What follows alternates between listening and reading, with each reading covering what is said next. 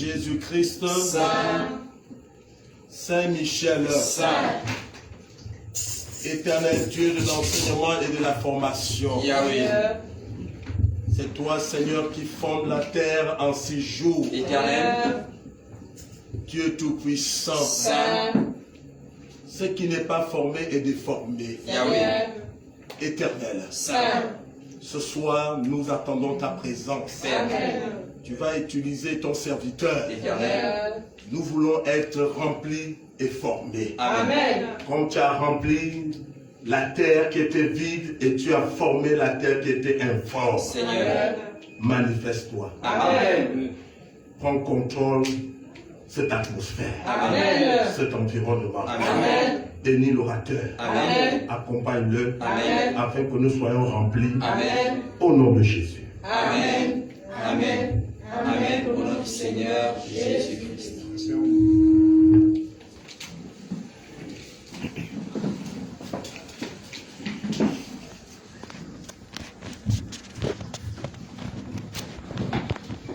Alléluia. Alléluia, Alléluia. Alléluia, Alléluia. Alléluia. Nous allons, avant d'entamer notre la 4e marche, c'est ça? La 3e marche. On n'avait pas encore vu la 3e marche. Non, non. On a vu 2 hier. Donc nous entamions donc la 3e marche. Je vais faire une petite synthèse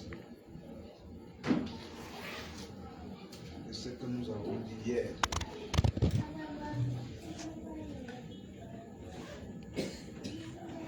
Quelqu'un peut nous faire cette petite synthèse.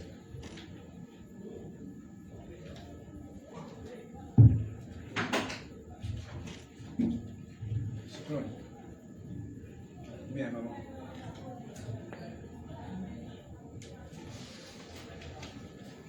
Non. Alléluia. Alléluia. Alléluia. Alléluia. Alléluia. Alléluia. Le thème du séminaire est 3 jours pour se concilier. 7 clés que nous devons voir qui sont les 7 marches. Et on en a vu 2. On a vu la première qui est le fait que nous devons marcher avec Dieu et avec les apôtres. C'est la situation qui se trouve, en fait c'est le résumé qui se trouve dans le Nouveau Testament. Étant donné que les apôtres ont reçu divinement et par inspiration de Dieu, donc si nous communions avec les apôtres, nous avons cette opportunité également d'écouter la parole de Dieu et d'avoir une relation personnelle avec Dieu. C'est ça développer notre foi et éventuellement que cette foi sera améliorée de Dieu car c'est ce que nous écoutons qui fait que notre âme puisse également être alimentée. Étant donné que Dieu a parlé à travers les apôtres, donc nous les suivons dans le Nouveau Testament. Et la référence, c'était 1 Jean 1,3. 1 Jean 1,3. Ensuite, nous avons vu la 2e marche. Et la 2e marche avec pour référence Michée 6,8. Dans la 2e marche, il s'agissait de marcher humblement avec Dieu. Et pour marcher humblement avec Dieu, il fallait pratiquer la justice et aimer la miséricorde. Voilà, c'est en gros cela, puisque par cette 2e marche, Dieu veut que nous soyons en harmonie avec lui. En harmonie avec lui. Donc, on n'a pas besoin de faire du tapage, on n'a pas besoin d'être orgueilleux, de faire du fanfaronnage. Si on veut être un vrai enfant de Dieu. Et par les temps que nous traversons par rapport l'arrivée de notre Seigneur Jésus. C'est ce cheminement-là que nous devons suivre, vraiment être des lumières. Cette lumière que... Je pense que c'est ce que j'ai dit. D'accord. Quelqu'un d'autre peut intervenir, non? Alléluia. Alléluia. Sur la deuxième marche,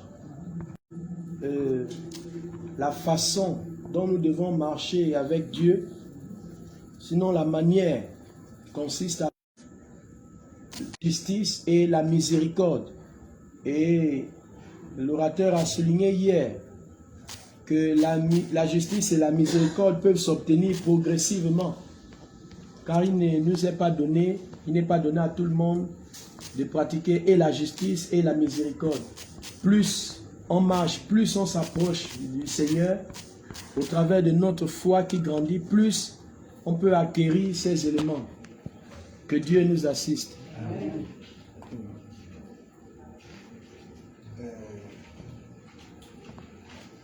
Tout ce que vous avez dit là, mais il y a un point capital. Un point capital qu'on avait vu à l'introduction. À l'introduction. Le point capital, c'est que chacun d'entre nous a les arts de l'esprit en soi. Les arts de l'esprit. Les arts. Les arts de l'esprit. Enfin, Et donc, C'est quoi les arts? c'est-à-dire, l'esprit de Dieu est en nous. Hein? Avec la petite lumière. Oui.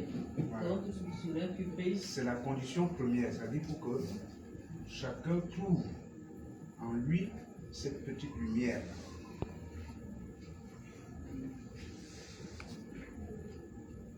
Et je disais que c'est pourquoi dans les Saintes Écritures, il est dit que chacun d'entre nous, il y a un esprit qui va faire. Cet esprit-là, que Dieu a semé dans tout un chacun de nous, chrétien ou pas chrétien, Dieu a semé cet esprit dans tout un chacun. Première chose. Deuxième chose, c'est que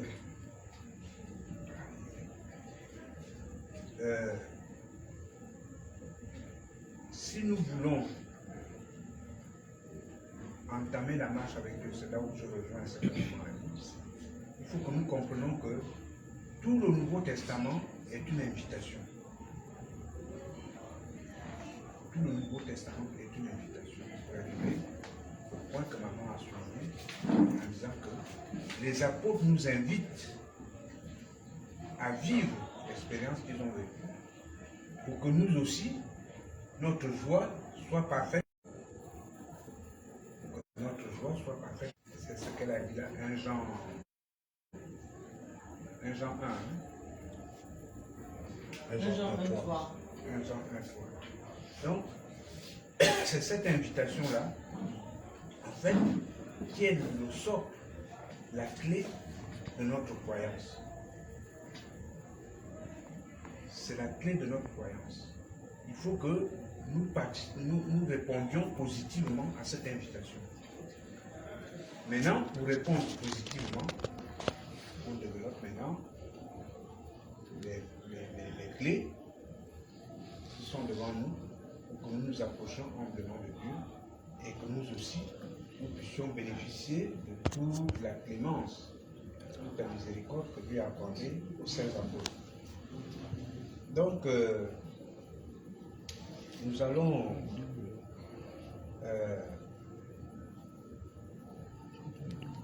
ce soir voir la troisième marche, c'est ça? La troisième marche, où on va se poser une question. Parce qu'on a dit dans la deuxième marche qu'il faut que nous pratiquions la justice, etc., etc., que nous soyons humbles devant Dieu. Mais cela est possible comment?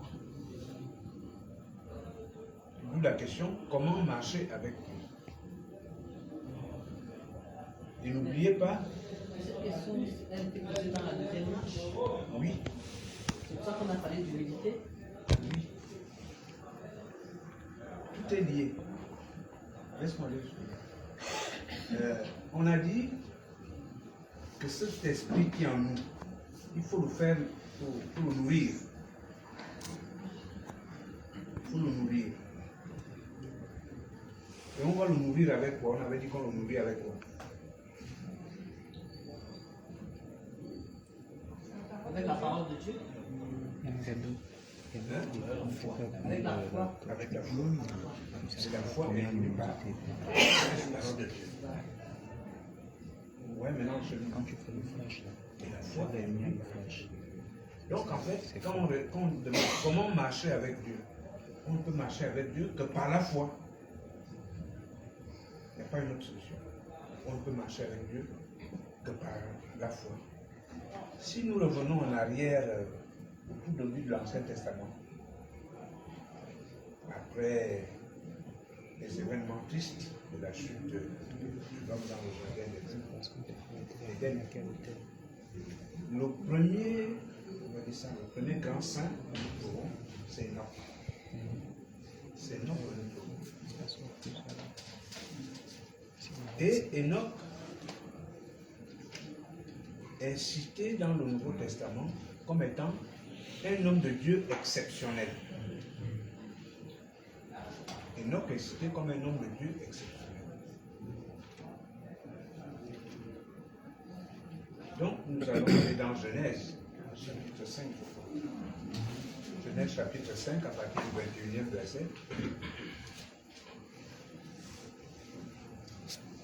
Là, on nous parle de nous. Genèse chapitre 5 à partir du 21e verset. Il est dit. Quand Enoch fut âgé de 65 ans, il eut pour fils Mathulam. Mathusalem. Après cela, Enoch mena sa vie sous le regard de Dieu durant 300 ans. Et il eut d'autres enfants. La durée totale de sa vie fut de 365 ans. Enoch fut en communion avec Dieu. Enoch fut en communion avec Dieu. C'est ça qui a fait qu'Enoch puisse recevoir toutes ces grâces. Parce qu'il était en communion avec Dieu. Ça veut dire quoi? Ça veut dire que si nous sommes en communion avec Dieu, il est possible que nous aussi, nous puissions avoir les mêmes grâces. Donc, la durée de vie d'un homme de Dieu ne dépend pas des aléas de la nature. Elle dépend de la décision. Elle dépend de la décision de Dieu. Je crois que vers la fin, on dit même qu'il a été enlevé. Il a été enlevé. Oui, il a été enlevé. Parce que, rappelons-nous, quand on est ami de Dieu, Dieu ne veut pas, c'est d'ailleurs écrit dans les Saintes Écritures, Dieu ne veut pas que nous voyons nos propres, c'est-à-dire Dieu ne veut pas que le péché s'approche de nous. Quand on est l'ami de Dieu, Dieu ne veut pas que le péché s'approche de nous. Donc quand tu arrives à un certain âge, Dieu crée un système pour que tu puisses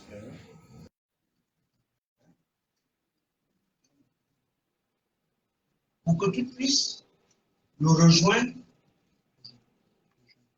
j'allais dire sans péché, intact. Parce qu'Enoch est parti sans péché. Donc ça peut arriver à tout un chacun. À condition que nous soyons amis de Dieu.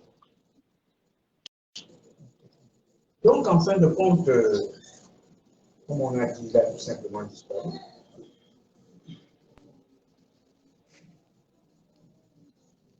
Et dans cette lecture, après avoir marché pendant 300 ans, le Seigneur a dit à Enoch, tu as trouvé avec lui,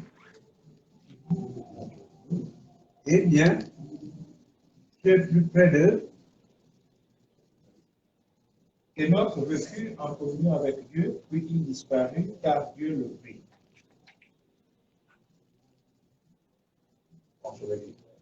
Eh bien, tu es plus près de chez moi que de chez toi. Voilà ce que Dieu dit à Enoch. Tu es plus près de chez moi que de chez toi. Alors,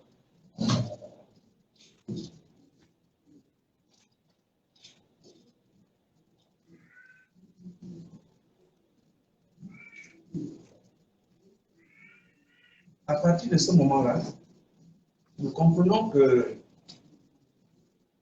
Dieu jalonne la vie de ceux qu'il aime.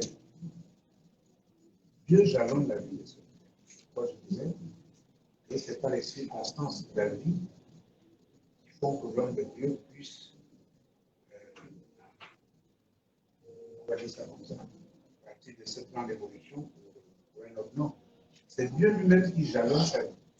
Parce qu'il sait que quand tu vas arriver à terre, il faut forcément que tu sois avec Dieu. Donc c'est là où intervient la foi. On dit la foi, c'est la ferme assurance de ce qu'on espère. Démonstration de ce qu'on ne veut La pas. démonstration de ce qu'on veut. Donc, par le biais de notre foi, Dieu est capable de faire des grandes choses dans nos vies.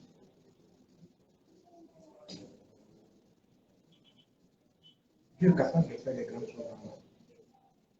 Par la foi que nous avons, Dieu, parce que c'est la sentence ultime, Dieu peut nous retirer de la mort. Parce que c'est ce qu'il a fait à Enoch. Dieu peut nous retirer de la mort. C'est vrai que bon, c'est pas. Nous n'allons pas comprendre ça dans le sens littéral du terme. Mais c'est dire que, comme dit les Écritures, même si nous sommes morts, nous vivons. Notre foi nous fait vivre. Et comme elle nous fait vivre par le biais de Dieu, donc nous aussi, nous devenons des entités éternelles. Nous devenons des entités éternelles. Donc,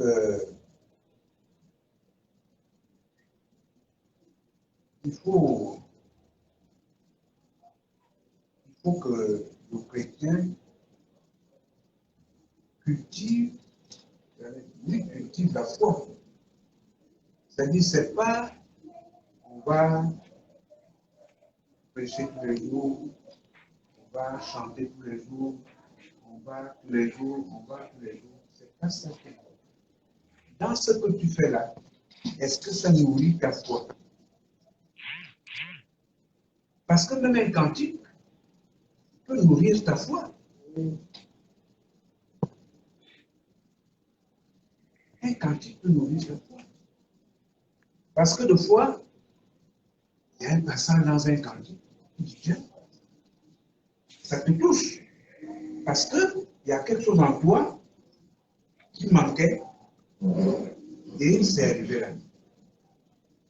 Donc, tout ce que nous faisons à l'église, que ce soit les prières, les exhortations, les danses, etc. Normalement, tout ça, nous devons le capitaliser pour nourrir notre foi. C'est ça le but de l'Église. C'est ça le but de l'Église. Parce que si tu n'arrives pas à nourrir ta foi par ces choses-là, tu vas encore la nourrir. Et comme nous l'avons dit hier, on dit, la foi vient de ce qu'on entend. Or, dans la maison de Dieu, nous n'entendons que la voix de l'Éternel. Nous n'entendons que la voix de l'Éternel. C'est pourquoi, surtout dans l'Écriture céleste, il y a des interdits qui frisent on va dire quoi? Mais en réalité, ils sont importants. Ils sont importants. Parce que quand on dit, par exemple, dans l'OTAN, un frère et une soeur ne peuvent pas s'asseoir côte à côte, qu'est-ce que ça veut dire? Parce que s'ils sont côte à côte, ils auront tendance à parler de leurs choses. Ils n'écouteront plus la parole de Dieu. Donc, ils vont sortir du cadre. Quand on dit la chorale doit chanter en soutane et en camaille, c'est pour qu'ils aient cette étoffe-là, cette responsabilité-là, pour qu'ils ne se donnent pas à l'ambiance. Parce que quand tu es en soutane, tu as quand même un certain respect de Dieu. Donc, toutes ces choses-là, toutes ces lois et règlements qui sont en l'Église, nous amènent finalement à avoir un socle pour que notre foi puisse grandir. Parce que si nous prenons ça à la légère, on ne peut pas se nourrir spirituellement. Donc, rien n'est à laisser au hasard. Rien n'est à laisser au hasard. Il ne faut pas, par exemple,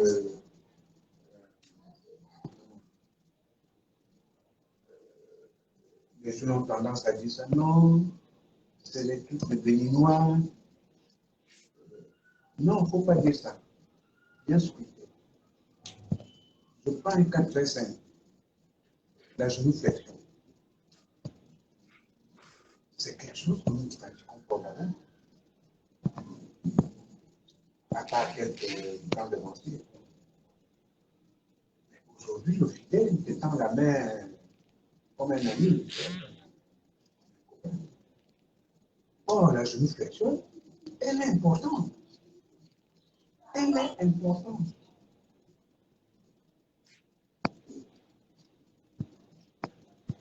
Tout simplement parce que quand tu fais la genuflexion, c'est que tu dois recevoir de celui qui est plus important. Tu veux recevoir de celui qui est plus important.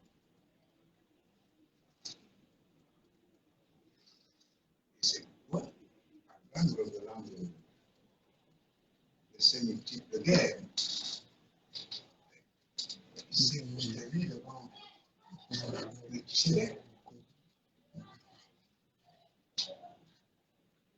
C'est l'esprit qui lui dit de se prosterner, puisqu'il ne le connaissait pas. Donc, si nous voulons, là aussi, parce que la bénédiction, ce n'est pas seulement quand on va te dire je te bénis, tout ça. Nos gestes nous apportent la bénédiction. Les simples gestes. Donc, voilà quelques exemples qui nous permettent de voir combien de fois ou peu notre foi peut grandir. Et si notre foi grandit, alors, comme nous l'avons vu, nous avançons inexorablement vers cette marche avec Dieu. Inexorablement vers cette marche avec Dieu. Donc, bien aimé, c'est cette foi-là qu'il faut que nous cultivons dans nos pratiques. C'est la foi que nous cultivons. À l'église, on ne.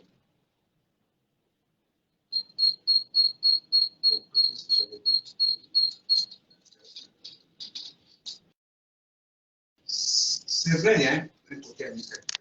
Sinon, quand on parle d'église, de Jésus-Christ, il n'y a pas d'administration. D'ailleurs, il y a un verset qui dit ça, le secrétaire. Donc, nos gestes doivent être des gestes qui nourrissent notre foi. Et si notre foi est bien nourrie, alors cette étincelle qui est en nous va briller de plus en plus. Elle va briller de plus en plus. Et c'est là où nous allons faire la rencontre avec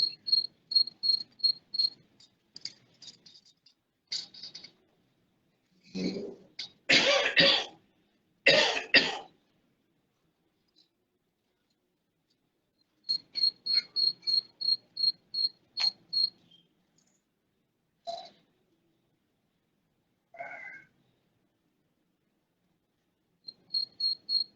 Ça, c'est là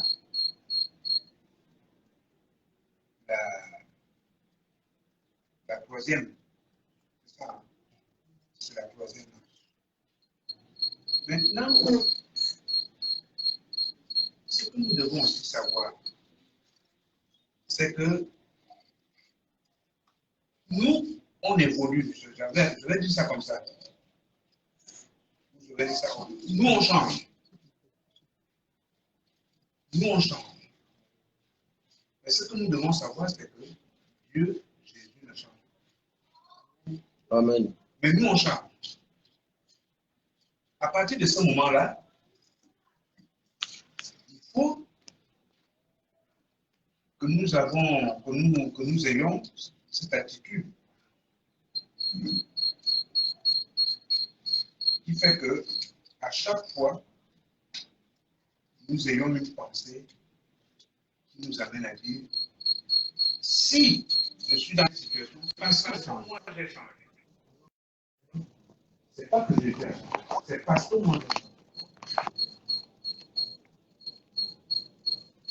J'essaie de prendre le Matthieu chapitre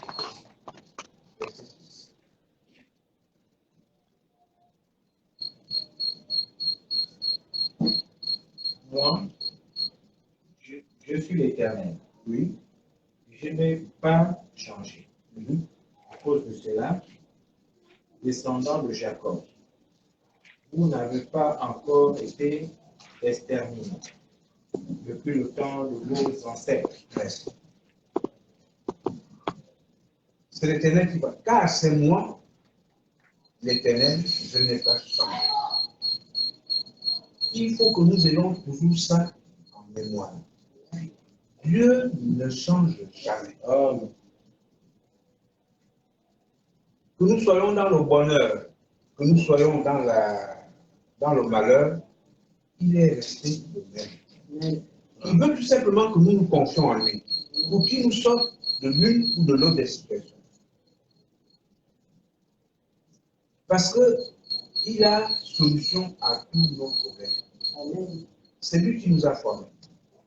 C'est comme on est à la maison. Nous les hommes, c'est peut-être pas le cas, mais surtout les femmes. Les femmes connaissent les moindres détails de leurs enfants. C'est la même chose. Dieu connaît nos moindres détails.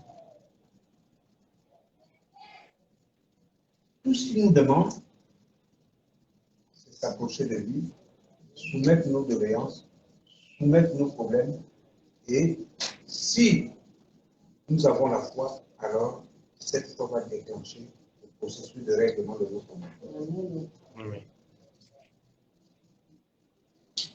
Donc, il faut que nous retenions cela, que Dieu n'a pas changé. Et si Dieu n'a pas changé, ça veut dire que si nous prenons la marche, nous sommes sûrs de marcher avec lui,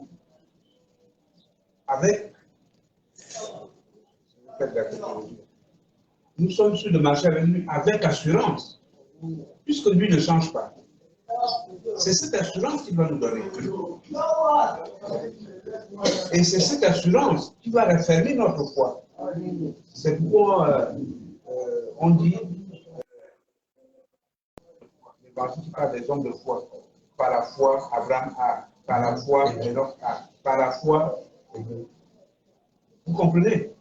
Donc, par la foi, on est capable de faire beaucoup de choses. Parce que c'est le lien entre nous, humains qui changeons, et Dieu qui ne change pas. C'est le lien.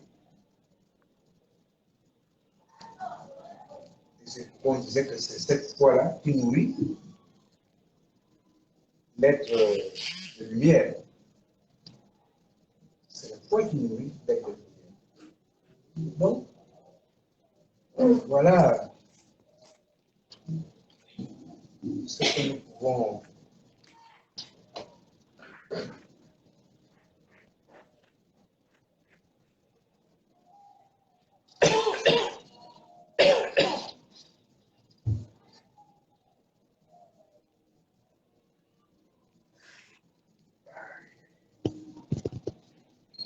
donc, ayant cette assurance, nous savons que les voies et les pensées de Dieu ne se modifient pas. Ce que Dieu a dit pour toi, il y a 100 ans, va demeurer éternellement. Amen. Amen. Et c'est là où intervient euh, euh, la parole qui dit que Dieu n'a qu'un plan de paix, de bonheur pour les gens. Parce que Dieu ne peut pas créer un plan de malheur pour nous. Ce n'est pas possible. Ce n'est pas possible. C'est nous-mêmes, dans nos travers, qui arrivons à créer dans nos vies ces situations un peu chaotiques, je vais dire ça comme ça. Un peu chaotiques. Mais sinon, Dieu a toujours été un bon Dieu, un Dieu miséricordieux, un Dieu compatissant. Et si nous le prenons ainsi, alors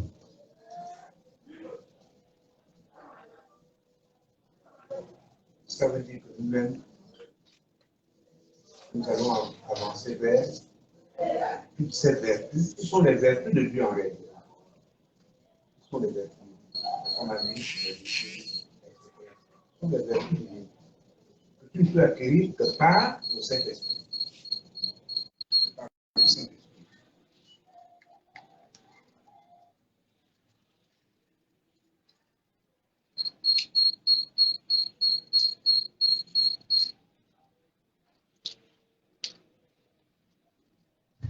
Donc, marcher avec Dieu dans la foi.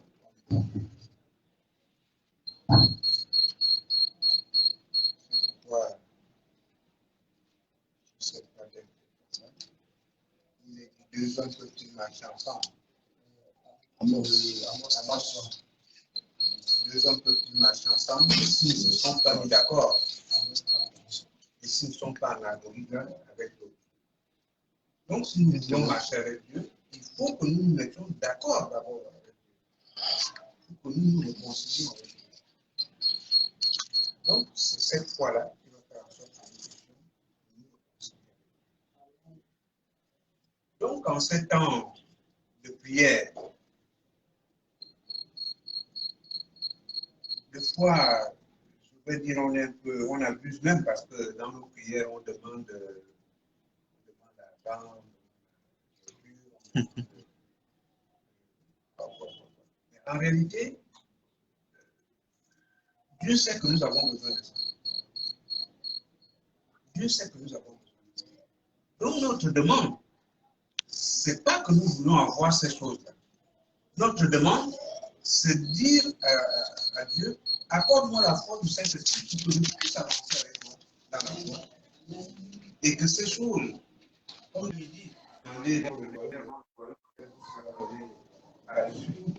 Parce qu'en fait, c'est ça demander le royaume. Demander le royaume, c'est la famille dans la foi. C'est la famille dans la foi. Et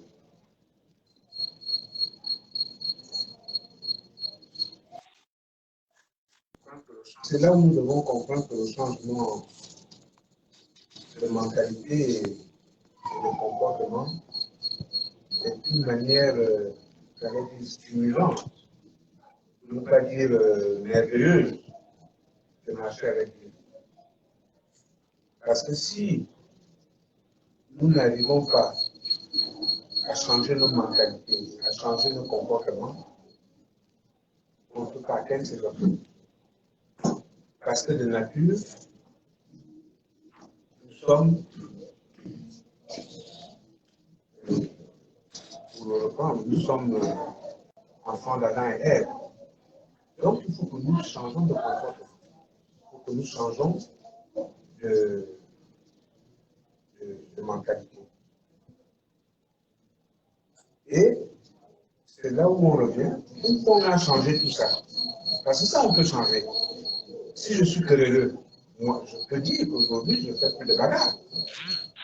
Ça n'a pas besoin que le Saint-Esprit me le demande. Je dis je ne fais plus de bagarre, je ne fais plus de querelle. C'est fini ça. Si j'étais escroc, je peux dire bon, aujourd'hui, je ne vais plus escroquer les gens. C'est des décisions tout à fait personnelles qui n'ont rien à voir avec ce que le Saint-Esprit va te donner. Mais une fois que toi, tu as pris ces résolutions-là, ce sont ces résolutions qui vont faire en sorte alors que tu puisses commencer à évoluer vers la marche avec notre Créateur. Parce que vous allez rentrer maintenant en harmonie avec l'autre, avec les caractères, avec les façons de penser. Donc, ce changement radical, nous sommes en période de prière. C'est ce changement radical, ce changement profond, que nous devons opérer en nous pendant cette semaine de prière. Et quand nous allons sortir de là, alors nous verrons que nous serons en accord avec Dieu. Et Dieu va guider nos pas. Dieu va guider nos pas.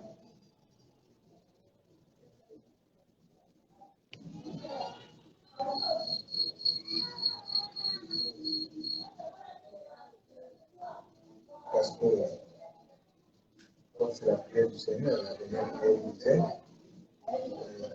Père, qu'il soit un, comme toi et moi on est un. Parce que tu vois, ça reprend un peu à Amos 3.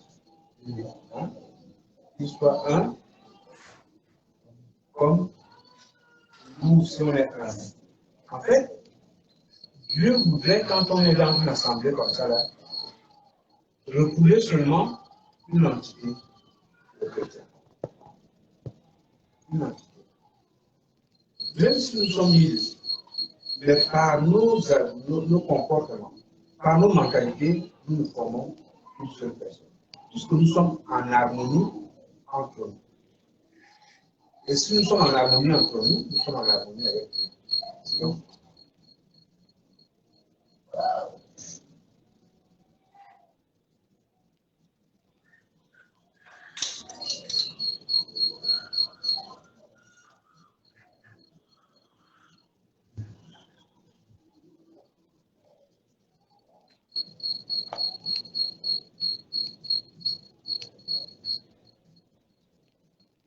Donc,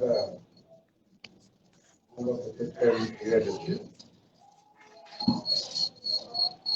sur cette étape. Nous, c'est comme ça qu'on avait fait, non? Chaque étape, une prière. Peut-être qu'on va faire une prière sur cette étape. On est à la prochaine. Jéhovah Saint, Jésus-Christ Saint, Saint-Michel Saint, Dieu de Jéhovah, dans cet enseignement, tu nous fais lever la tête à l'emploi. Donc nous devons nourrir l'éternel de notre foi. Et l'alimenter éternel par la parole. alimenté par les louanges, Amen. par l'exhortation. Amen. Oh Dieu Tout-Puissant, tout le Dieu qui n'a pas changé. Amen. Éternel Dieu Tout-Puissant, Saint. bien que dans notre quotidien nous changeons. Seigneur. Mais toi tu es souverain. Amen. Oh Dieu le Sauveur, Saint. aide-nous, éternel Dieu, à manifester ta gloire. Amen. Enfin que, éternel Dieu, toi qui le bénis à penser dans nos âmes. Seigneur. Tu nous amènes, éternel Dieu, à changer. Amen. Oh Dieu le Sauveur, Saint. manifeste cet enseignement. Seigneur. Afin que nous soyons transformés. Amen. Au nom de Jésus. Amen. Amen. Amen. Au nom du Seigneur Jésus-Christ.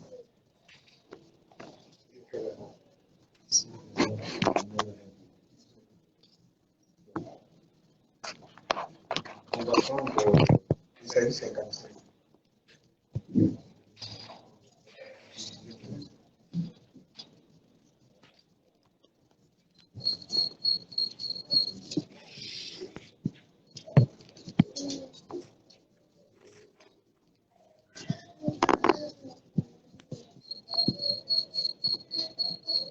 Nous avons un cantique.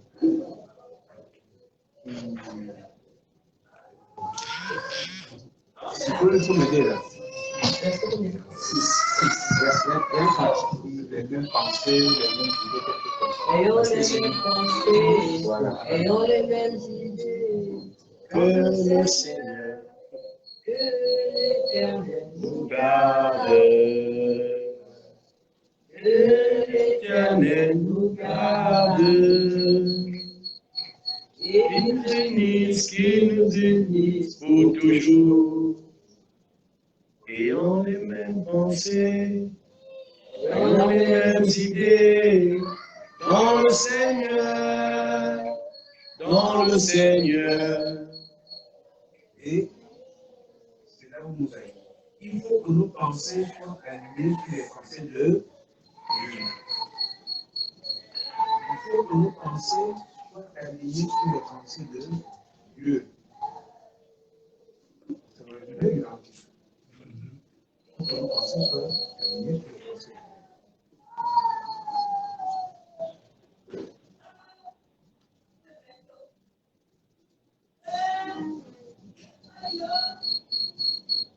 C'est ce que nous avons vu avec Amos, le journage qui est ensemble. Parce que quand vos pensées sont les mêmes, vous savez là où vous allez.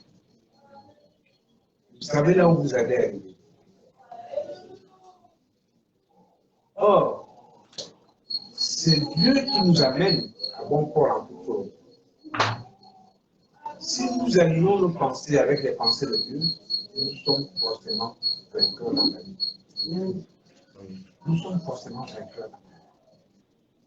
Quand je dis vainqueur, ce n'est pas par rapport à sorcier, tout ça, non. Je veux dire, dans les épreuves, parce que la vie, telle que nous la vivons, est une suite d'épreuves. Mais il n'y a que Dieu pour nous sortir de ces épreuves.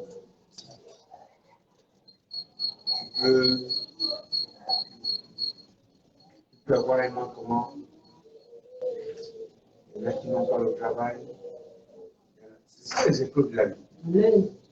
Mais si tes pensées sont alignées sur les pensées de Dieu, tout ça, ça va se décanter.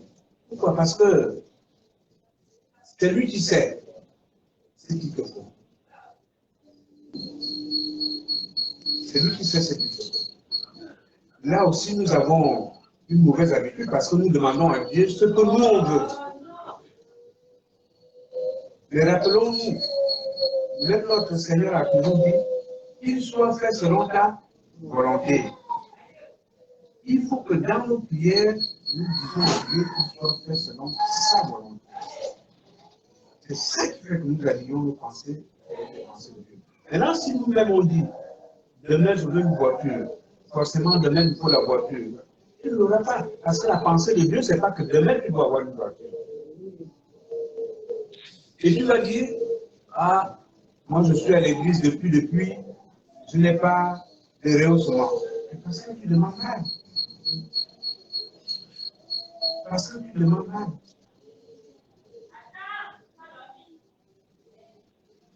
Dieu sait ce qu'il nous faut. Ce qu'il nous faut. Tout ce qu'il te demande, c'est que tu t'arrives à lui et lui, il fera le reste. Et lui fera le reste. C'est ça qu'on appelle être d'accord. Être d'accord que nous avons vu dans la marche. C'est ça être d'accord. Être d'accord, ça veut dire être en harmonie, en acte et en pensée. En acte et en pensée. Donc, nous ne pouvons pas dire que nous allons marcher avec Dieu si nous ne sommes pas en harmonie avec Dieu dans cette voie, dans cette pensée. Il faut que nous intégrons cette manière de dialoguer avec notre Dieu. Il faut que nous l'intégrons.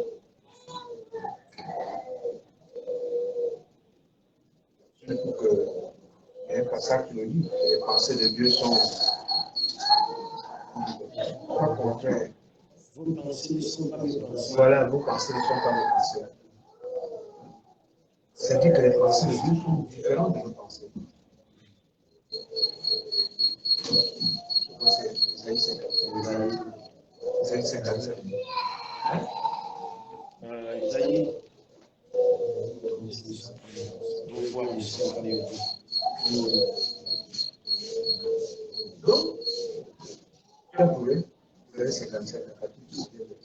Donc, il faut que nous intégrons cette marche-là.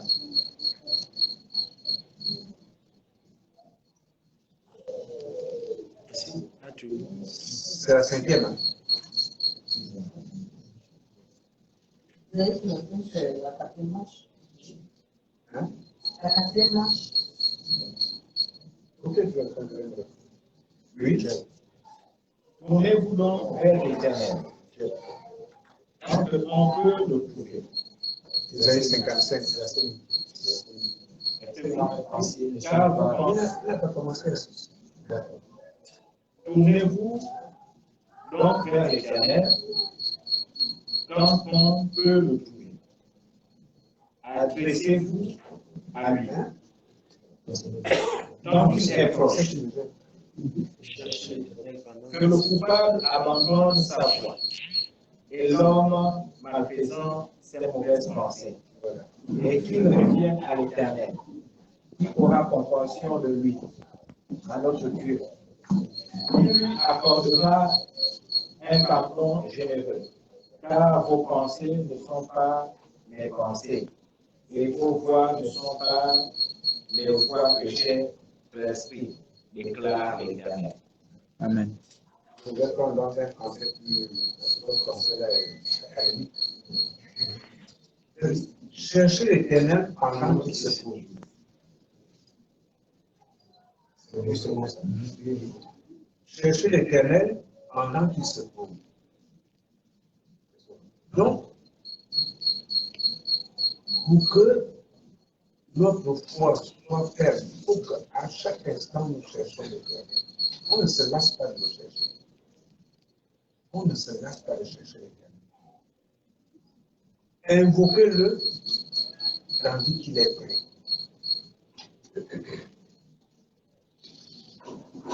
Il dit, ses oreilles ne sont pas assez sourdes pour nous entendre, ça n'est assez pour nous. Donc, ce n'est pas parce que tu es pécheur que Dieu ne t'écoute pas. Vous comprenez ça? Ce n'est pas parce que tu es pécheur que Dieu ne t'écoute pas. Dieu t'écoute. Mais dès que tu vas sortir du péché, il déclenche ton processus. Il ne faut pas dire je vais attendre que je sois sanctifié pour invoquer mon Dieu. Non. Il dit chercher pendant qu'il se trouve. Ce n'est pas ta condition qui est importante. Mais c'est l'acte que tu vas poser qui sera important.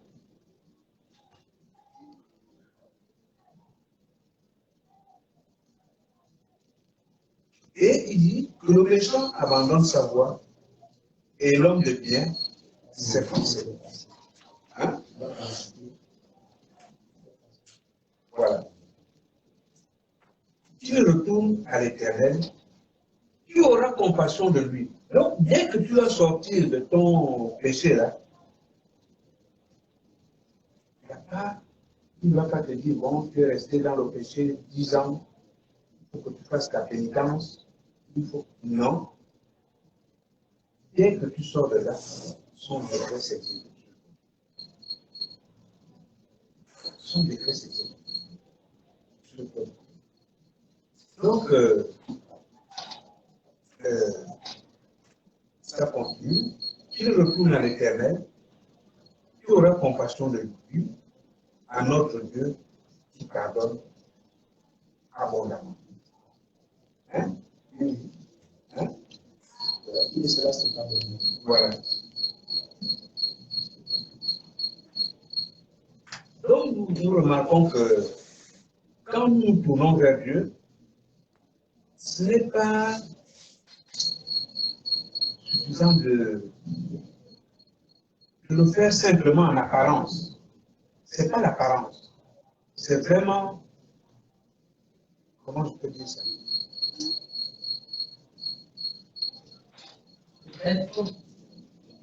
Hein? Voilà. Il faut que ça soit du très. Vous savez, ce sont nos pensées et nos voix. Parce qu'en apparence, nos pensées sont hautes et on veut faire croire autre. Si nos pensées et nos voix nous amènent au repentir, il est assez miséricordieux et compatissant. Amen. Donc, il faut que nous apprenions vraiment à faire ce renoncement. Ce qu'on appelle vulgairement la repentance.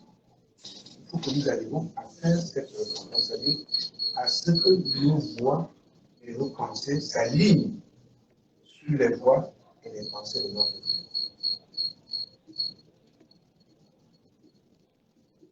Le numéro combien? C'est vous qui notez, hein? C'est une clé que je viens de donner. 5. OK?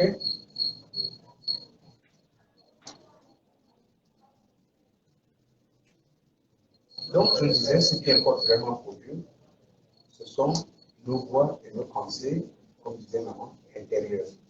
Ce n'est pas ce que nous confessons à la bouche là. C'est ce que tu as résolu dans ton intérieur. Que Dieu prend en considération.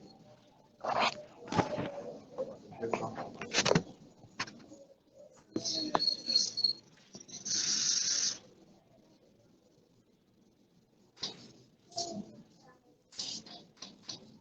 Et il continue, car les pensées ne sont pas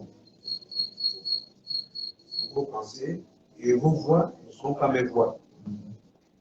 Autant les cieux sont élevés au-dessus de la terre, autant c'est ça? Donc, les voix sont au-dessus de vos voix. Donc, ça ne sert à rien de faire semblant. Ça ne sert à rien de faire semblant parce que lui-même le dit, il est au-dessus de toute chose. Même semblant que tu fais là, il voit. Si tu le fais dans ton fort intérieur, il voit. Mais il te dit, fais-le dans ton fort intérieur. C'est ce qui m'est agréable. Donc,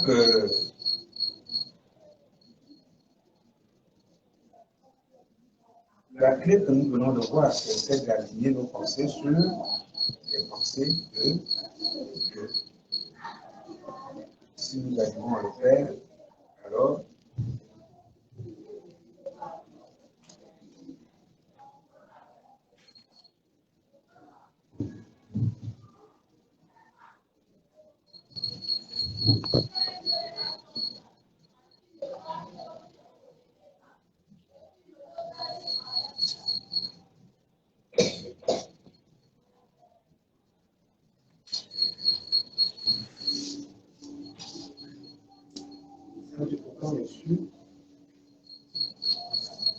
Quand les cieux sont élevés au-dessus de la terre.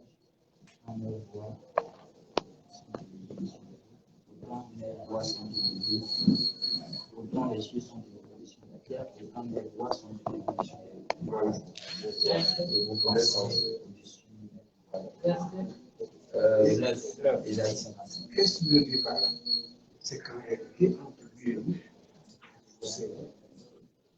le fossé, il est énorme. Donc, on ne peut pas mesurer Dieu à notre personne. Le fossé, il est énorme. C'est ce qu'il veut affirmer.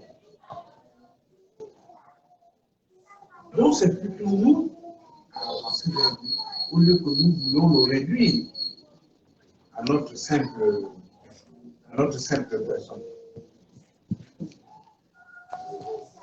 C'est pourquoi, quand nous avons pris ce texte, au début, il dit chercher l'Éternel pendant qu'il se trouve.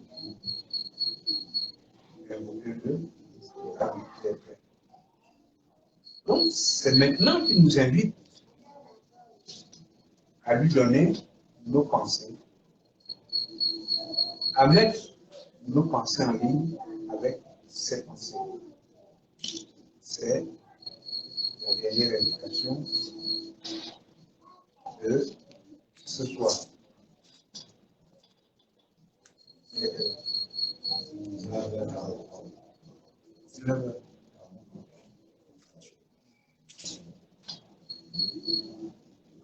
C'est la cinquième prière.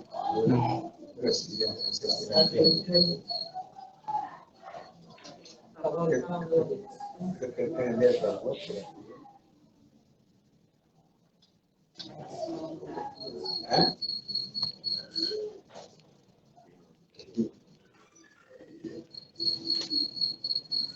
C'est bon.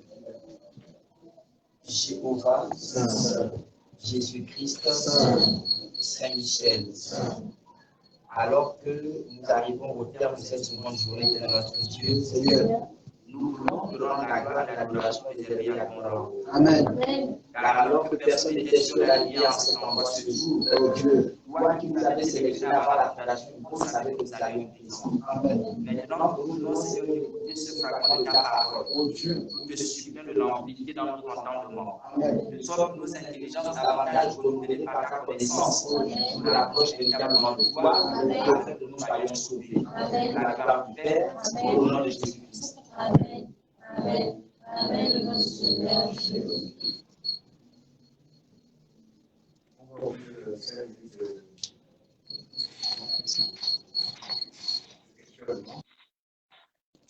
Et demain, c'est le dernier jour. Il y a plein de membres de l'ancien là. Donc, ils vont prier sur l'assemblée.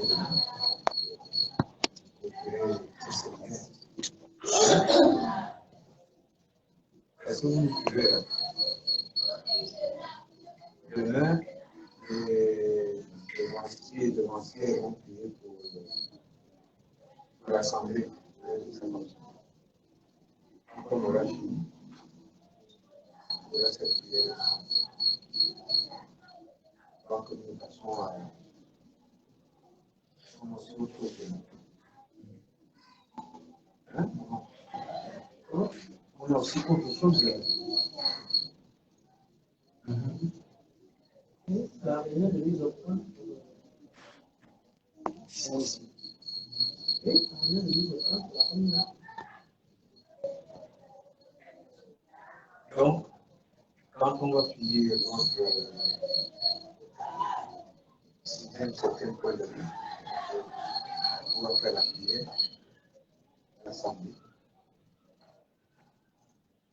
Ceux qui veulent quelque chose, amener de l'eau, hein? De l'eau. Vous comprenez? Une bouteille d'eau.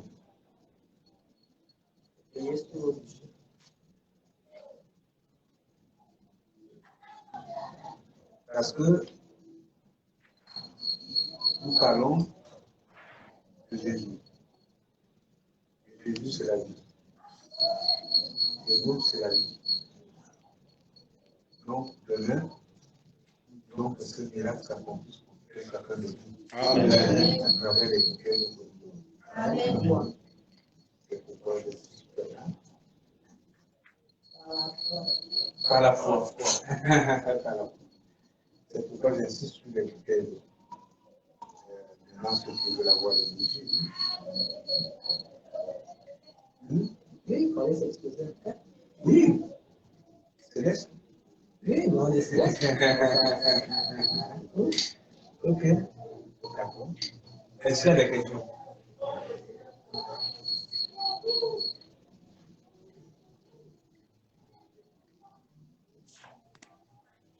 Pas de questions?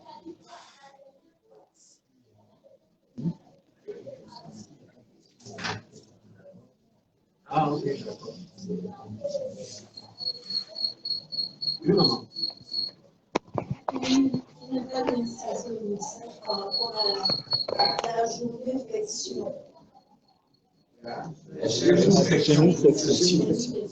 Non, je disais, hein, quand vous saluez maman, vous la savez comment?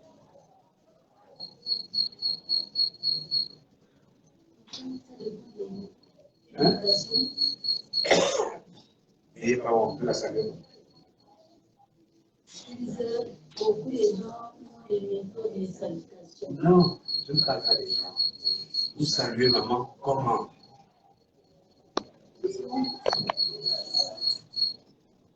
Vous faites seulement pour saluer maman. Non, il faut que je me sois. Oui. Parce que vous cherchez la bénédiction. Vous comprenez ce que je dis là? Je suis en train d'expliquer la bénédiction. Vous cherchez la bénédiction. Et la bénédiction s'obtient si on est à genoux.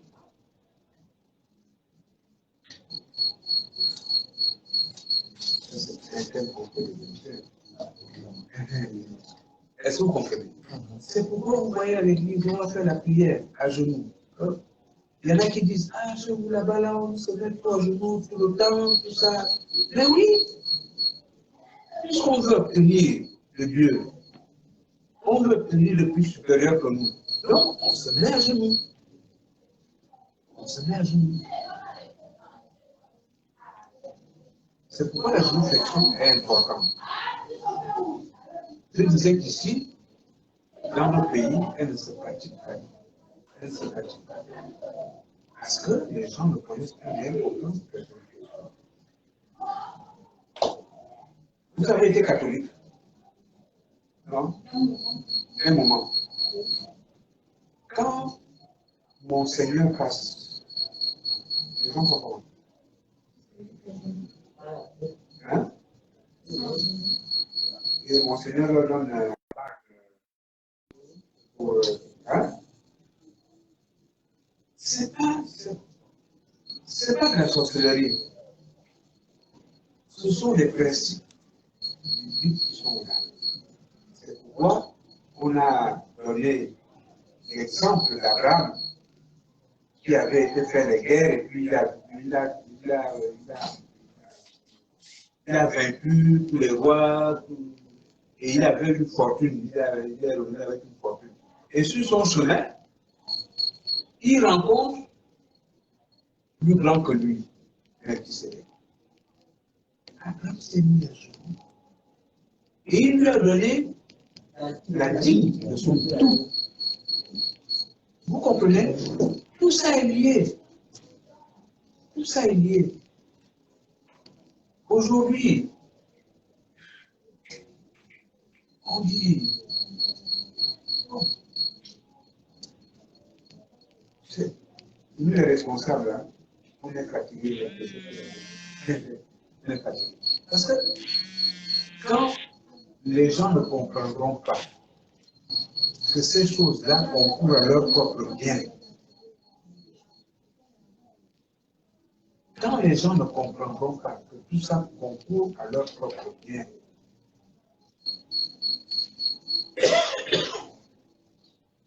comme je dis, ils vont rester à l'église. 30 ans. C'est les chaînes. C'est tout. Puisque ces gestes, comme on le disait, ce sont des symboliques de foi.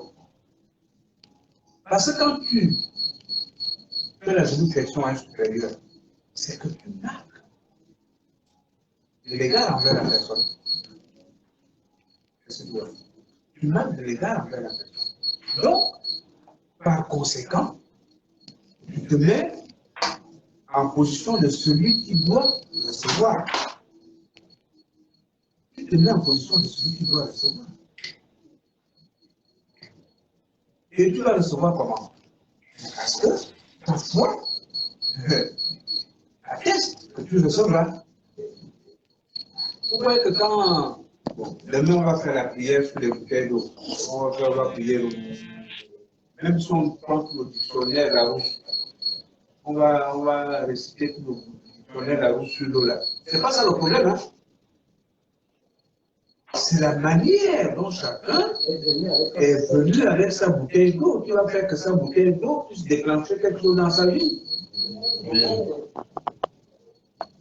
Ce n'est pas le dictionnaire Larousse qui va faire quelque chose. C'est pourquoi Jésus disait ne multipliez pas les paroles comme ces gens-là, qui aiment se faire voir. La prière n'est pas longue, parce que la prière, elle sort du cœur. Si la personne est venue avec sa bouteille d'eau avec foi, en disant que là où je parle là, j'ai foi que le Seigneur va faire ceci dans ma vie à travers cette bouteille d'eau. Dès que tu arrives, on dit seulement Jéhovah, et puis c'est fini. Et puis c'est fini.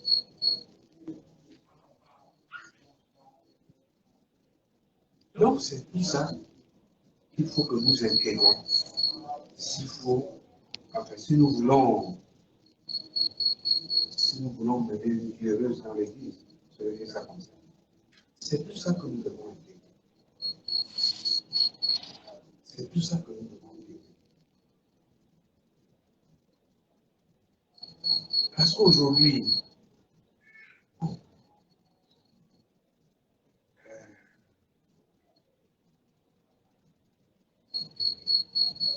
il y en a qui travaillent, mais qui le réalisent bien. Hein? Avec leur argent. Ils le réalisent bien. Et pourtant, ils gagnent des argent. Quand ils sont chrétiens, ils vont faire des futilités, des machins, mais rien de concret. Rien de concret. Tout simplement parce qu'il n'y a pas la bénédiction de Dieu dans cet argent que la personne reçoit. Parce que s'il y a la bénédiction de Dieu, cet argent doit forcément faire quelque chose. Forcément.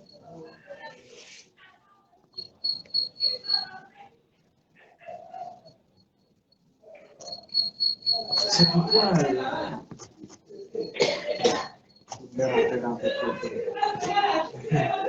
non, je veux dire, nous tous on a vu sur cette vie-là, faire l'argent, sur la gauche, sur la droite, mais ça te rapporte que peine et misère. Que peine et misère. Mais si toi, fais un peu le total de tout ça, que ce soit peut-être à une maison. Or, si tu as la foi, quand tu prends l'argent, le Saint-Esprit va t'inspirer pour mettre l'argent là où l'argent est profitable. Hein? Je te dis ça. Là où l'argent est profitable.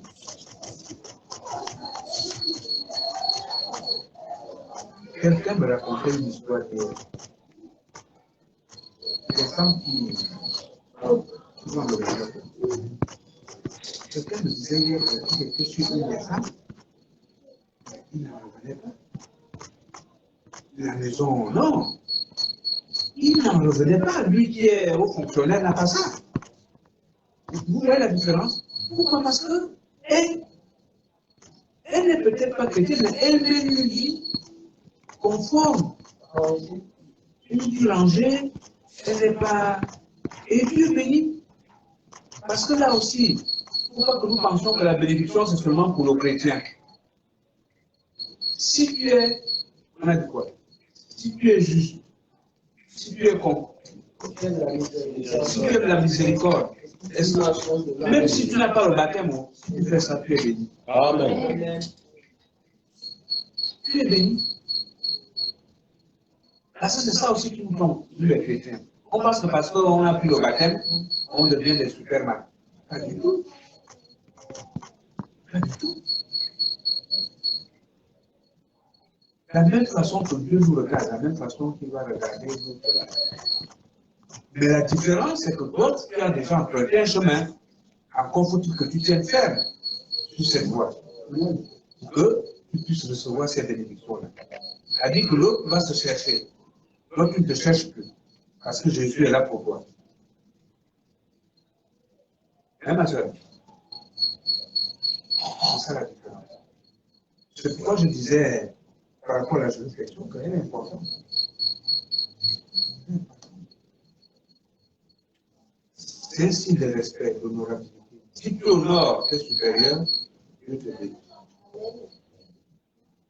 Dieu te bénit. Oui, l'autre question. Oui. Alléluia. Alléluia. Je voulais en fait intervenir évidemment par rapport à ça, donc je salue sa question. Évangéliste Pilat, voilà. Par rapport à la génuflexion, personnellement, ça c'est moi, je ne suis pas du tout d'avis que l'on dise que ce n'est pas une pratique, on va dire quoi, du Gabon. C'est une pratique qui nous vient du Bénin ou de l'Afrique de l'Ouest, non? Pourquoi? Parce qu'en fait, l'Afrique est d'abord un tout. Avant que les colons fassent leur scission et tout le reste, l'Afrique est d'abord un tout. Peut-être le Gabon d'aujourd'hui s'est perdu en chemin. Il y a des valeurs qu'on a mises de côté. Peut-être qu'on a été trop au contact du colon, c'est selon. Mais dans le Gabon de nos aïeux, dans le Gabon ancien, lorsque nous sommes là, par exemple, si nous sommes là, par exemple, et qu'une dame, qu'un homme doit circuler là, il est obligé de forcément fléchir. On n'allait pas vers un ancien pour s'adresser à un ancien gaillardement debout, le torse bombé comme cela. Non, ça ne se faisait pas. Une femme ne pouvait pas arriver là. En fait, c'est des valeurs qu'on avait malheureusement. Et au contact peut-être du colon, on a peut-être été trop blanchi dans l'âme, je ne sais pas quoi. C'est des choses malheureusement qu'on a oubliées aujourd'hui. Avec l'arrivée de l'Église céleste, on a tendance à croire que ça vient de l'Afrique de l'Ouest, ce qui n'est pas vrai. Parce que même bibliquement, le livre de 2 Rois, lorsque 2 Rois du chapitre 1er, lorsque Akab va évidemment faire appeler Élie parce qu'il avait des soucis avec Élie.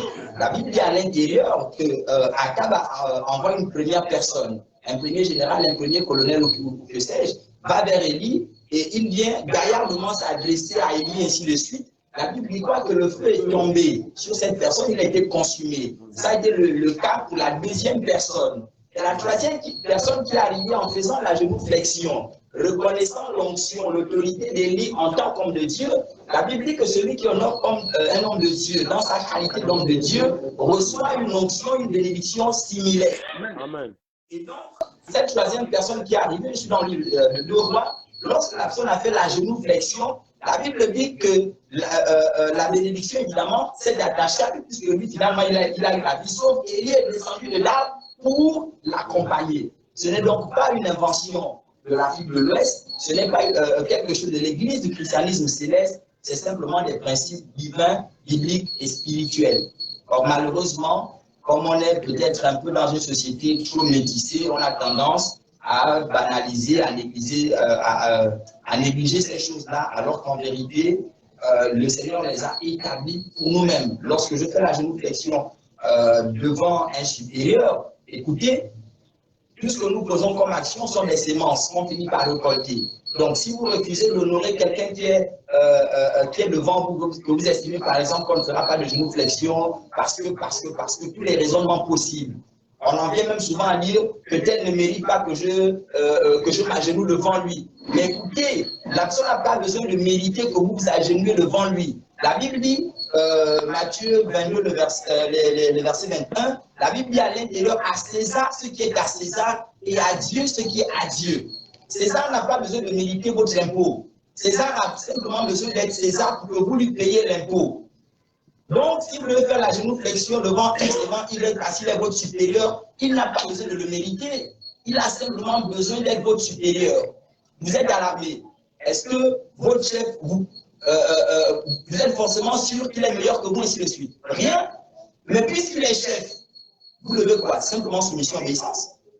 Il n'a pas besoin de mériter. Votre respect, le mérite, ça vous engage vous. Mais dès qu'il est chef, dès qu'il est César, à cause de la position qu'il a en tant que César, donnez-lui ce à quoi il a droit. Que Dieu nous assiste. Amen. Oui. Oui.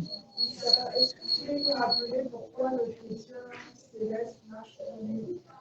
Si c'est uniquement basé sur la parole qui dit que Moïse, quand il s'est approché du buisson avant, il a entendu la voix de Dieu qui disait d'ôter ses souliers parce que lui se trouve être une terre sainte. Est-ce qu'on peut nous faire l'analogie avec le chrétien céleste pour comprendre un peu pourquoi on entre dans le temple, dans la maison de Dieu qui est.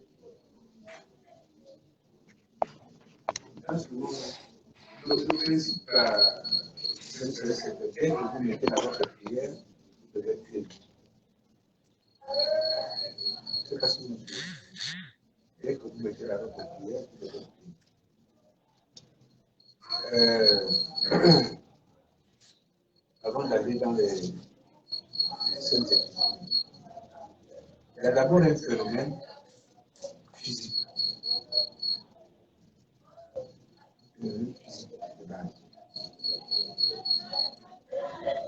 Vous avez déjà vu quelqu'un qui est électrocuté? Hein? Si quelqu'un est pieds nus et il va toucher un fil électrique, il se fait électrocuter, non? Pourquoi? Non, parce que le courant va nous traverser. Et rentrer dans le sang. Il devient conducteur. Ça, c'est une loi physique. Tu comprends? Maintenant, sur le plan spirituel, on va développer beaucoup de choses. C'est vrai, on parle de ce code donné un mot saillie. Mais ce qu'il faut savoir, c'est que l'Église est sous l'empire du Saint-Esprit. Et nous disons le Saint-Esprit est un feu, et vraiment c'est du froid. Peut-être vraiment pour nous expliquer cette partie-là. Parce que quand, par exemple, quelqu'un commence à s'agiter, qu'est-ce qu'il ressent? Il ressent ça lui traverse la colonne. Comment ça lui traverse la colonne? Il tient plus debout. Donc, le Saint-Esprit, c'est le quoi? On va simplifier comme ça, pour que tu comprennes bien. Le Saint-Esprit, c'est le quoi? C'est dire aussi que Dieu ne fait rien au hasard. Dieu ne fait rien au hasard. Nous disons que l'Église est sous l'empire du Saint-Esprit. À partir de ce moment-là, nous devons être dans des conditions pour recevoir le Saint-Esprit. Nous devons être dans des conditions pour recevoir le Saint-Esprit. Et l'une des conditions, c'est la collectivité. C'est l'une des conditions.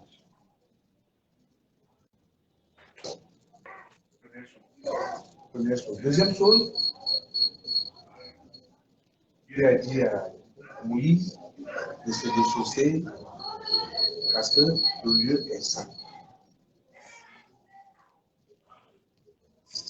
Moi, je t'ai dit que dès que tu mets ta soutane, tu ne portes plus les chaussures. Ce n'est pas seulement au temple.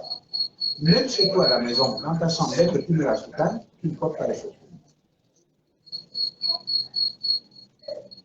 Pourquoi? Parce que c'est pour marquer cette sainteté-là. C'est pour marquer cette sainteté. Et il faut savoir. Il faut savoir une chose.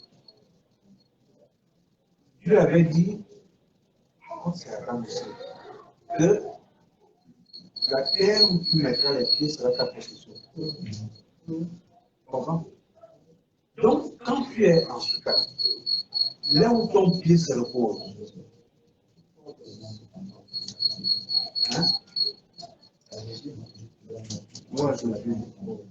Donc, dès que tu es en ce cas, dès que tu poses le pied, ce lieu devient un lieu saint. Ce n'est pas seulement l'église.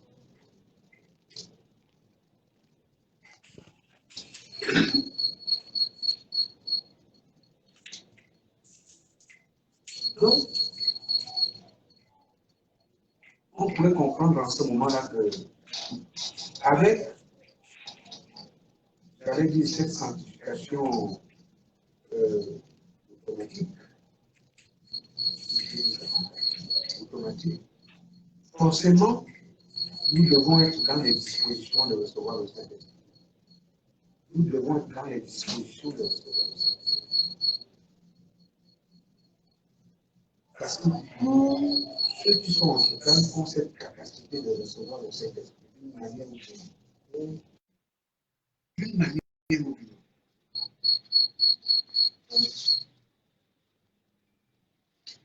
Maintenant, il y a des dons qui s'exercent.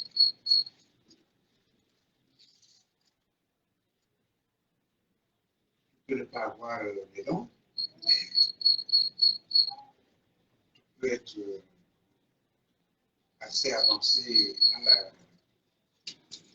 résolution des problèmes, dans la perception des problèmes. Tout ça, ce sont des dons. Tout ça, ce sont des dons. Parce que nous, on a toujours cru que c'est forcément la vision qui est le don. Non. À l'église, tout est don. À condition que toi-même, tu puisses utiliser ce don.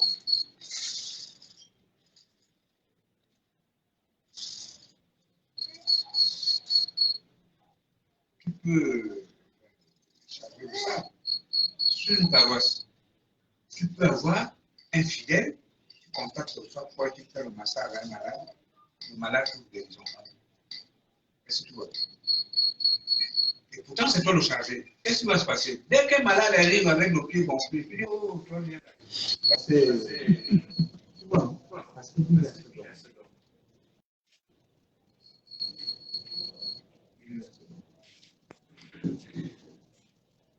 et c'est l'avantage de l'église chrétienne.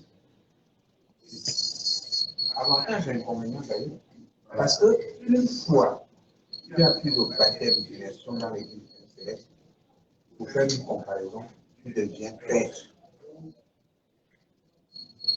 Tu deviens prêtre. Maintenant, les évaluations, ça vient. Mais sache qu'une fois que tu as pris le baptême, tu deviens prêtre. C'est-à-dire que tu exerces.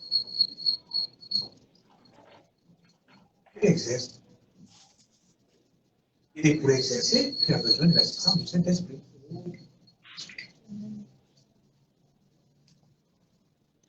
Parce que l'homme ne fait rien de soi-même. C'est le Saint-Esprit qui fait pour lui.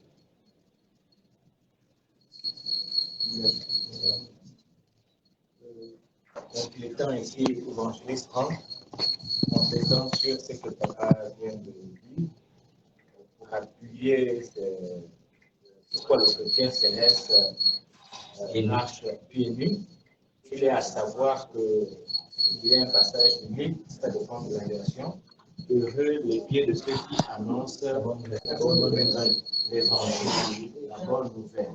La bonne nouvelle est prise ici pour la paix. Et Jésus est la paix. Il est à savoir qu'il y a un prophète qui est Isaïe. Et Dieu lui donne un signe pour le peuple d'Israël. Il dit à Isaïe ceci, que ce peuple vit dans le malheur. Moi, je te demande d'être nu, de te déchausser, afin que la paix vienne sur ce peuple.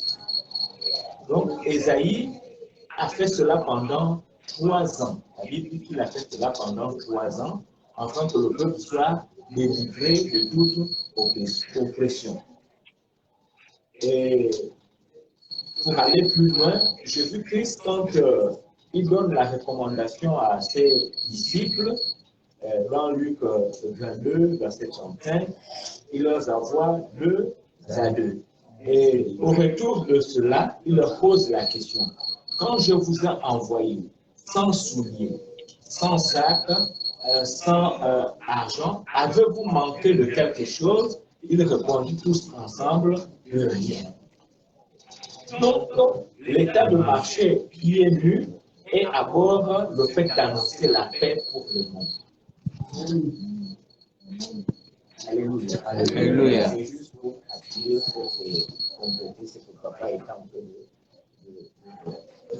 Qui demande avec vos permissions, je pense que le sens de sa préoccupation, sauf erreur, parce qu'en fait, c'est pas une question qui revient un peu régulièrement. C'est-à-dire que nos amis des églises de réveil disent bon, c'est à Moïse qu'on a dit d'enlever les chaussures. Est-ce que c'est à vous les célestes qu'on a dit d'enlever les chaussures?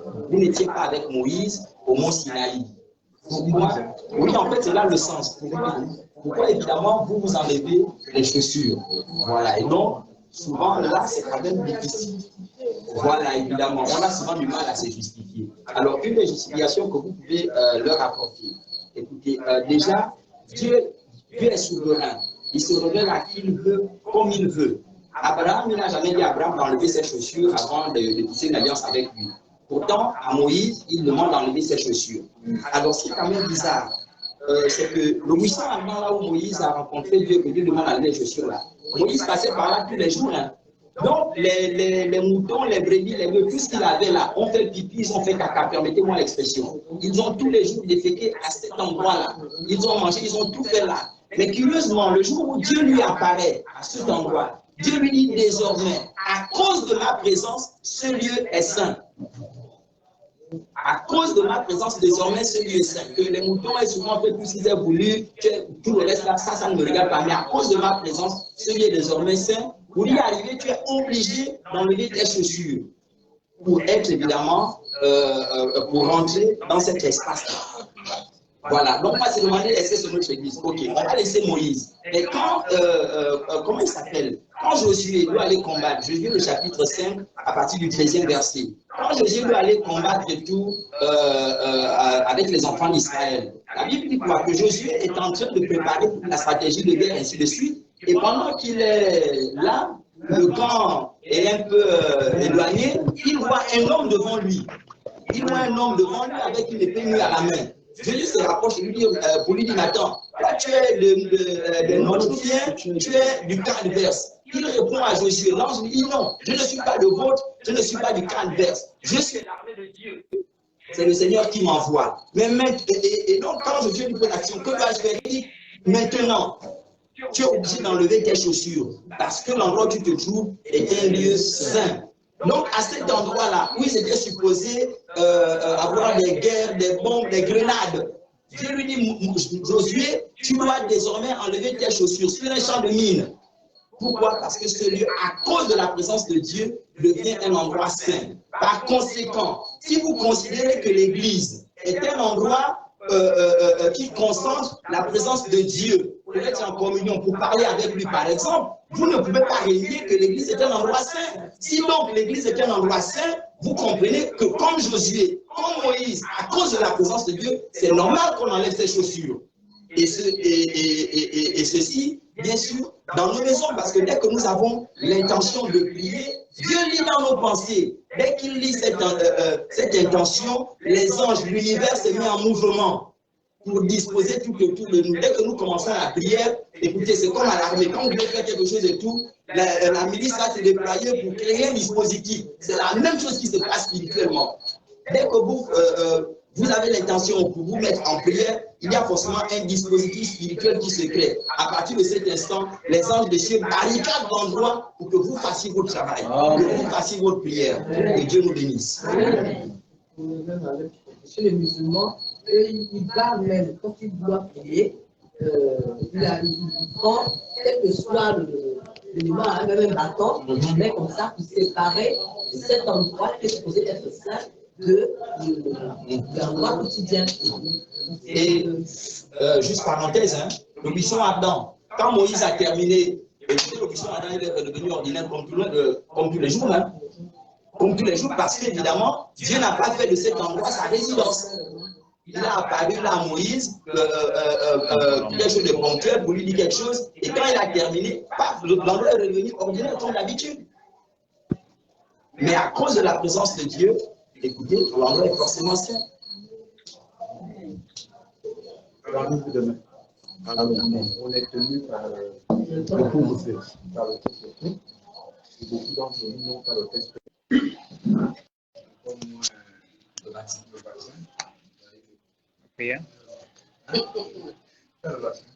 Ah oui, merci. Mais sauf que là, beaucoup ont passé. Nous, on a fait ça.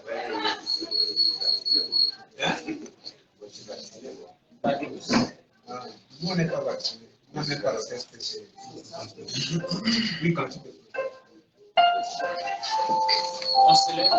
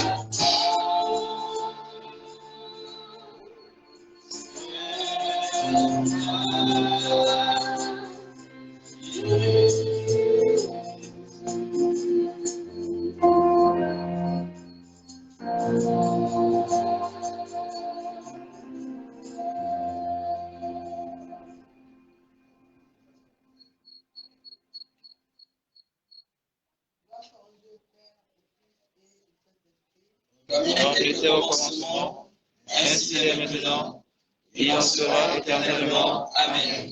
Dieu Saint, Jésus-Christ, Saint, Saint Michel, Saint, éternel Dieu de gloire, Dieu de compassion, Père, Dieu de la Sainte Église venue des cieux. Seigneur, Père éternel, tu es le même hier, aujourd'hui et éternellement. Amen. Seigneur, tu ne changes pas. Yahweh. Et tout ce que tu fais est bien. Amen. Il t'a plu, Seigneur, de nous rassembler pour ce deuxième jour de séminaire dans cet endroit que tu as consacré pour la gloire de ton Seigneur. Afin que nous puissions recevoir des enseignements. Seigneur. Afin qu'à travers ces enseignements, nous soyons éclairés. Amen. Dieu, nous te remercions. Merci Yahweh. Nous te remercions. Merci Seigneur. Nous te remercions. Merci Seigneur. Nous te remercions, Seigneur, parce que tu nous apprends comment être en harmonie avec toi. Nous te remercions parce que tu nous enseignes comment marcher avec toi, Seigneur, afin de recevoir tes grâces et tes bénédictions. Daigne, Seigneur, qu'à travers tout ce que nous avons reçu aujourd'hui, Seigneur, nous puissions changer de comportement. Amen. Parce que toi, tu ne changes pas et tu ne veux que des grâces et des bénédictions pour nous. C'est à cause de nos comportements, c'est à cause de notre manière de faire, Seigneur, que nous ne recevons pas et nous vivons dans le malheur. Yahweh. Enseigne-nous tes voies. Amen. Enseigne-nous la crainte de ton Saint-Nom. Amen. Et que, Seigneur, le Saint-Esprit nous anime tous les jours. Amen. Afin, Seigneur, que nous ayons la sagesse d'en haut et non celle d'en bas. Amen. Nous mettons, Seigneur, cette assemblée entre tes mains. Seigneur. Seigneur, toi qui es le protecteur, Yahweh. accompagne tes enfants. Amen. Afin qu'ils rentrent chez eux dans la paix. Amen. Nous mettons également la séance de demain devant ta sainte face. Seigneur. Seigneur, rassemble encore davantage de personnes. Amen. Afin que ton nom soit élevé Amen. et glorifié pour la gloire de Dieu le Père. Amen. Au nom et à l'amour de notre Seigneur Jésus-Christ. Amen. Amen. Amen pour notre Seigneur Jésus-Christ. Notre Père, qui es aux cieux, que ton nom soit sanctifié, que ton règne vienne, que ta volonté soit faite sur la terre comme au ciel. Donne-nous aujourd'hui notre pain de ce jour.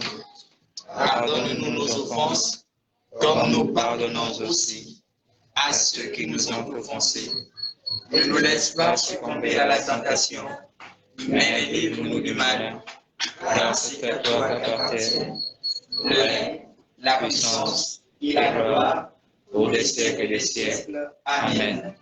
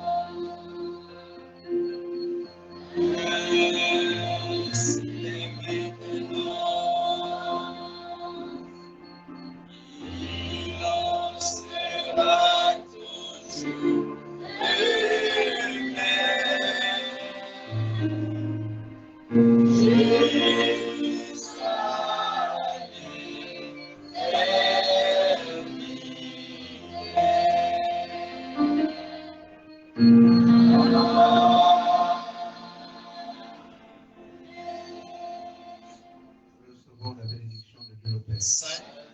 Par la grâce de notre Seigneur Jésus-Christ. Et la communion du Saint-Esprit. Que l'Éternel Dieu, toute sa sainte face vers nous. Amen. Afin que la lumière nous éclaire. Amen. Qui nous accompagne dans la paix. Amen. Qui nous fortifie dans ses œuvres. Amen.